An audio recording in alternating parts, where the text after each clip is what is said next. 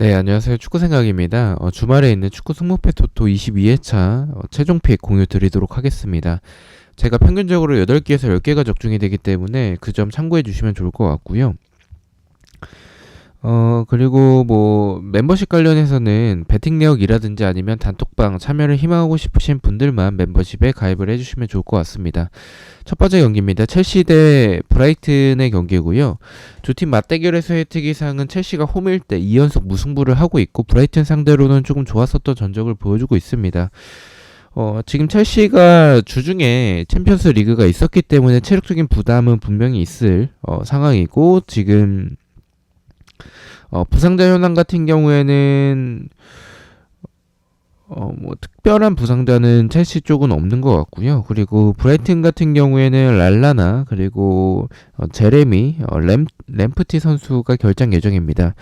지금 브라이튼에서는 어쨌든 지금 브라이튼이 첼시 상대로 좀 좋지 않았었던 전적을 보여주고 있지만 이번 시즌 첼시 같은 경우에는 굉장히 좋지 않은 모습을 보여주고 있는 상황에서 포터 감독이 경질을 했죠. 근데 경질되고 나서의 그 다음 경기에서도 조금 좋지 않은 모습을 보여주고 있고 챔피언스 리그에서도 패배를 하면서 좋지 않은 흐름을 이어나가고 있는 상황입니다.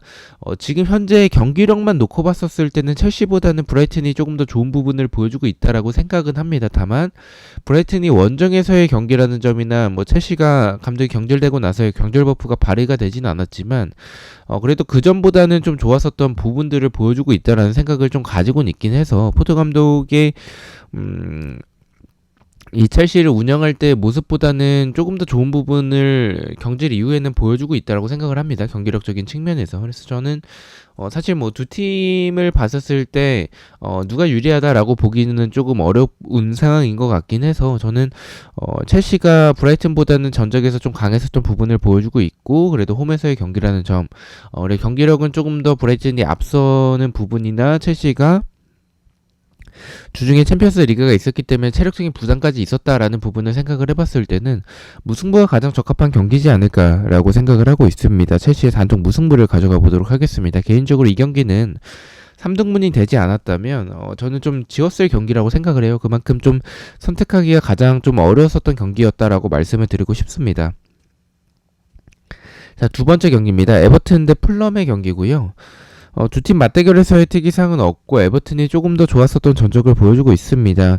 결장전 현황 같은 경우에는 에버튼은 칼버트 르인 그리고 비나그레 선수가 결장 예정이고요. 풀럼 같은 경우에는 미트로비치 선수가 이제 퇴장 징계로 이번 경기도 출전하지 못하게 되고 케바노 선수가 결장 예정입니다.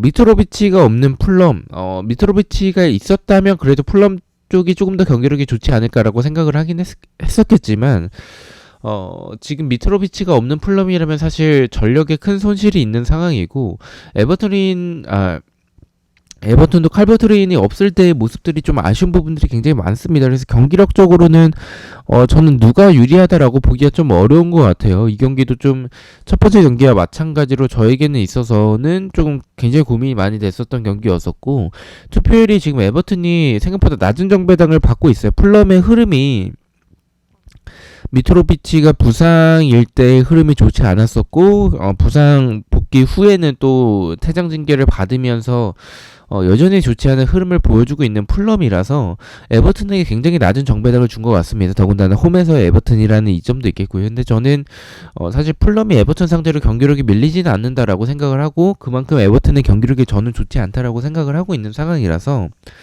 저는 이 경기는 좀 승무패가 다 느껴진다라고 생각을 하고 있고 좀 이변을 조금 더 생각을 하고 있는 경기입니다. 무승부에 조금 더 중점을 두고 있다라고 말씀을 드리고 싶고요. 저는 승무패로 이 경기를 지어보도록 하겠습니다. 3번 경기입니다. 사우스햄튼 대 크리스탈 팰리스의 경기고요. 두 팀 맞대결에서의 특이사항은 없습니다. 정배당은 사우스햄튼이 받고 있는 상황인데 투표율은 반대로 크리스탈 팰리스 쪽으로 좀 많이 몰린 상황이죠. 사우스햄튼 같은 경우에는 채 아담스가 결장 예정이고 살리소도 결장 예정입니다. 크리스탈 팰리스 같은 경우에는 자아가 또 부상으로 결장 예정이 된 상황이고 리차즈 그리고 과이타 키퍼가 결장 예정입니다. 크리스탈 팰리스는 과이타 키퍼와 이제 자아 선수가 결장 예정이라는 점이 좀 큰 손실이지 않을까라고 생각을 하고 있는데 사우스햄튼도 뭐 체나 아담스나 살리수나 이런 주축 자원들이 빠진 부분이 분명히 좋지 않고 좀 이번 시즌 굉장히 좋지 않은 모습을 보여줬었기 때문에 크리스탈 팰리스의 최근의 흐름이 나쁘지 않아서 크리스탈 팰리스가 조금은 유리해 보이는 경기라고 생각을 많이 하시는 것 같습니다. 그래서 투표율이 좀 크리스탈 팰리스 쪽으로 좀 몰린 것 같긴 한데, 우선은 원정에서의 크리스탈 팰리스고 사우스햄튼 같은 경우에 지금 강등권에 위치를 하고 있는데, 강등권 팀들 같은 경우에 서서히 좀 강등 버프가 발휘가 될 타이밍이다라는 생각을 좀 가지고 있고, 사우스햄튼과 지금 크리스탈 팰리스를 비교해 봤었을 때 크리스탈 팰리스가 자아나 과이터 키퍼가 없는 부분이 전력적인 손실이 더 크리스탈 팰리스가 더 클 것 같다라고 생각을 하고 있고, 도깨비적인 모습을 생각을 해봤을 때, 그리고 강등 버프를 봤었을 때, 이런 여러 상황들을 접목을 했을 때는 저는 사우스햄튼이 이변을 만들 수 있지 않을까라고 생각을 하고 있습니다. 사우스햄튼은 단통 승을 가져가 보도록 하겠습니다. 4번 경기입니다. 토트넘 대 본머스의 경기고요. 두 팀 맞대결에서의 특이사항은 토트넘이 홈일 때 최근에 전승을 하고 있습니다. 지금 토트넘 같은 경우에는 비수마와 벤탄쿠르, 그리고 벤 데이비스, 에메르손, 세스뇽 등 결장 예정자가 좀 많은 편이고요. 보머스 같은 경우에는 주니어 선수와 세네시, 그리고 프레데릭스 선수가 결장 예정입니다. 보머스가 만만한 팀은 아니긴 해요. 근데 토트넘이 이제 콘테 감독이 경질되고 나서의 경기력이 저는 좀 많이 좋아졌다라고 생각을 하고 있고, 토트넘이 본머스 상대로 홈에서의 최근에 전승을 하고 있었던 그런 모습들, 전체적으로 저는 이 경기를 의심하고 있지는 않습니다. 투표율도 굉장히 많이 몰렸고 배당도 낮게 책정이 된 경기라서 이 경기는 저는 의심 없이 토트넘의 단총 승만 가져가 보도록 하겠습니다. 자, 5번 경기입니다. 울버햄튼 대 브랜트퍼드의 경기고요. 두 팀 맞대결에서의 특이사항은 없습니다. 울버햄튼이 조금 좋았었던 전적을 보여주고 있고요. 울버햄튼 같은 경우에는 호니 선수가 퇴장으로 결정 예정이고요. 브랜트퍼드 같은 경우에는 포터, 그리고 아이르 선수가 결장 예정입니다. 두 팀을 봤었을 때 사실 누가 유리하다라고 보긴 좀 애매할 정도로 두 팀의 경기력이 좀 좋지는 않습니다. 근데 울버햄튼이 더 좋지 않은 경기력을 보여주고 있고, 최근에는 수비도 수비 주력이 워낙에 느렸었고 공간이 많았었던 팀이기 때문에 수비는 원래 불안했었고, 공격에서의 모습들도 득점력이 계속 나오지 않는 부분들을 봤었을 때 브랜트퍼드의 공격에서의 모습들이 저는 조금 더 좋다라고 생각을 하고 있습니다. 무승부 쪽으로 좀 투표율이 많이 몰리긴 했는데, 무승부에 대한 가능성도 좀 높다라고 생각을 하지만 저는 지금 울버햄튼의 수비 그리고 공격에서의 득점력을 생각을 해봤을 때 울버햄튼의 홈이더라도 질 가능성이 저는 조금 더 높다라는 생각을 좀 가지고 있어서 저는 울버햄튼은 단통 패로 좀 이변을 가져가 보도록 하겠습니다. 자, 6번 경기입니다. 빌바오 대 소시에다드의 경기고요. 두 팀 맞대결에서의 특이사항은 빌바오가 홈일 때 2연승을 하고 있습니다. 소시에다드가 조금 더 좋은 전적을 보여주고 있고, 경기적인 부분들은 소시에다드가 조금 더 앞선다라고 생각을 하고 있지만 최근에 득점력이 좀 많이 떨어져 있다라는 부분들, 그리고 홈에서의 빌바오는 좀 강한 전적을 보여주고 있다라는 점과 소시에다드와 빌바오 두 팀의 상황이 좀 비슷해요. 지금 두 팀 다 밸런스적인 측면들은 나쁘지 않지만 공격에서의 득점력이 좀 떨어져 있는 두 팀이라서 0대 0의 결과도 나오지 않을까. 그리고 두 팀 다 수비적인 부분들이 나쁘지 않은 팀이기 때문에 저는 득점 자체가 아예 안 나올 수도 있을 가능성이 높은 경기다라고 생각을 하고 있습니다. 저는 빌바오의 무승부로 이변으로 좀 가져가 보도록 하겠습니다. 자, 7번 경기입니다. 베티스 대 에스파뇰의 경기고요. 두 팀 맞대결에서의 특이사항은 없고 베티스가 좀 강했었던 전적을 보여주고 있습니다.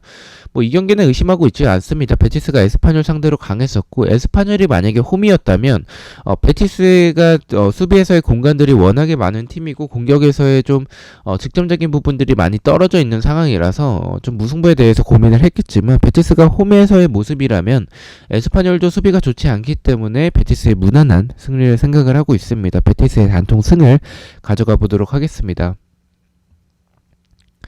8번 경기입니다. 카디스 대 레알의 경기고요. 이 경기도 뭐 두 팀 맞대결에서의 특이사항은 없고요. 저는 이 경기는 카디스의 단통 패를 가져가 보도록 하겠습니다. 카디스가 뭐 이번 시즌의 모습들을 보면 완전히 수비적으로 나오기보다는 공격에 가담하는 선수들이 많은 편이긴 합니다. 레알이 지금 경기력이 좋고 흐름이 나쁘지 않은 상황에서 카디스에 무너질 거라고 생각하지는 않습니다. 카디스의 단통 패를 가져가 보도록 하겠습니다. 저 9번 경기입니다. 지로나 대 엘체 경기고요. 두 팀 맞대결에서의 특이사항은 지로나가 홈일 때 2연속 패배를 하고 있습니다. 지로나 쪽으로 지금 투표율도 많이 몰렸고 배당도 낮게 책정이 됐습니다. 지로나가 이 정도의 투표를 받을 만큼 강한 팀인가라는 부분에 있어서는 조금 의심이 들긴 합니다. 하지만 경기력적인 부분들만 놓고 봤었을 때 엘체는 최근에 수비적으로 좀 많이 흔들리는 모습들이 굉장히 많고 이 공격에서의 모습들은 순위에서 보시다시피 좋지 않죠. 반면에 지로나 같은 경우에는 뭐 수비는 불안할지언정 공격에서의 모습들이 굉장히 좋은 화력을 많이 보여주고 있기 때문에 엘체 이런 수비 그리고 더군다나 홈에서의 지로나라면 그래도 힘겹게라도 승리할 가능성이 높다라고 생각을 하고 있습니다. 지로나의 단통 승을 가져가 보도록 하겠습니다. 10번 경기입니다. 웨스트햄 대 아스날의 경기고요. 두 팀 맞대결에서의 특이사항은 웨스트햄이 3연패를 하고 있습니다. 웨스트햄 같은 경우에는 스카마카 선수가 결정 예정이고요. 아스날 같은 경우에는 은케티아 그리고 엘레니, 살리바 그리고 토미야스 선수가 결정 예정입니다. 뭐 두 팀을 봤었을 때 사실 뭐 아스날이 유리해 보이는 경기죠. 아스날이 뭐 강팀 상대로도 좋은 전적을 보여주고 있고 경기적인 부분들은 지속적으로 좋은 부분들을 많이 보여주고 있다라고 생각을 하는데 홈에서의 웨스트햄, 원정에서의 아스날은 조금 불안하긴 합니다. 더군다나 생각보다 웨스트햄이 지금 흐름이 좋지 않은 상황인데도 불구하고 아스날에게 배당이 좀 높게 책정이 됐다라는 생각이 좀 듭니다. 그래서 저는 이 정도의 배당보다는 조금 지금 웨스트햄의 흐름을 봤었을 때 그리고 아스날의 흐름을 봤었을 때 조금 더 낮은 배당을 받아야 되는 게 맞지 않나라는 생각이 좀 들고요. 그래서 경기력은 좀 아스날 쪽이지만 배당적인 부분에서 조금 의심이 든다라는 생각을 가지고 있어서 무승부까지 바치는 게 좋을 것 같다라고 생각을 했습니다. 웨스트햄의 무패 투픽을 가져가 보도록 하겠습니다. 11번 경기입니다. 헤타페 대 바르셀로나의 경기고요. 두 팀 맞대결에서의 특이사항은 없습니다. 이 경기 사실 뭐 홈에서의 헤타페라는 점이 있긴 하겠지만 저는 바르셀로나의 단통으로 가지 않고 무승부를 바치는 부분은 이 경기도 바르셀로나가 좀 배당이 높게 책정이 됐다는 생각을 첫 번째로 가지고 있고요. 두 번째 같은 경우에는 지금 바르셀로나와 레알의 승점 차이가 좀 많이 나는 상황입니다. 그래서 지금 이 체력적인 부담이 있는 상황에서 약간의 로테이션의 가능성도 저는 좀 있다라고 생각을 하고 있고 홈에서의 헤타페가 만만한 팀은 아니라는 점과 많은 활동량과 이런 압박을 보여주는 헤타페의 모습을 생각을 해봤을 때 무승부의 이변도 좀 가능성이 있다라고 생각을 하고 있습니다. 헤타페의 무패 투픽을 가져가 보도록 하겠습니다. 12번 경기입니다. 노팅엄 대 맨유의 경기고요.